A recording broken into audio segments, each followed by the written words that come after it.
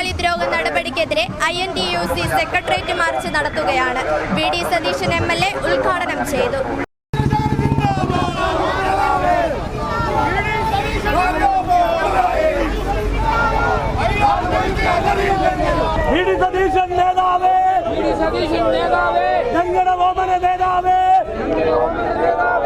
കേരളത്തിലെ ഏറ്റവും കരുത്തുറ്റ തൊഴിലാളി പ്രസ്ഥാനത്തിന്റെ മുൻനിരയിലാണ് INTUC നിൽക്കുന്നത് എന്നുള്ള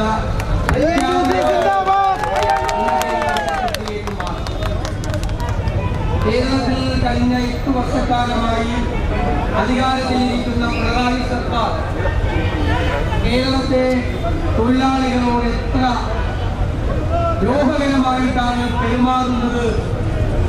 ഈ തൊഴിലാളി ദ്രോഹ നടപടികളിൽ സർക്കാർ അവസാനിപ്പിക്കണം എന്നാവശ്യപ്പെട്ടുകൊണ്ടാണ് INTUC ഈ അതിശക്തമായ മാർച്ച് ഈ ഭരണസിരാ കേന്ദ്രത്തിന്റെ മുന്നിലേക്ക് നടത്തുന്നത്. അത് പറയാൻ സർക്കാരിന്റെ ഒരു പ്രതിനിധി അഭിഭാഷകൻ കോടതിയിൽ ഉണ്ടായില്ല. അതുകൊണ്ട് ആ 12 വിജ്ഞാപനങ്ങളും ഹൈക്കോടതി സ്റ്റേ ചെയ്തു. ഈ സർക്കാർ തൊഴിലാളിയുടെ കൂടെയാണോ അല്ലെങ്കിൽ മുതലാളിമാരുടെ കൂടെയാണോ എന്നതാണ് INTUC ഉയർത്തുന്ന ചോദ്യം.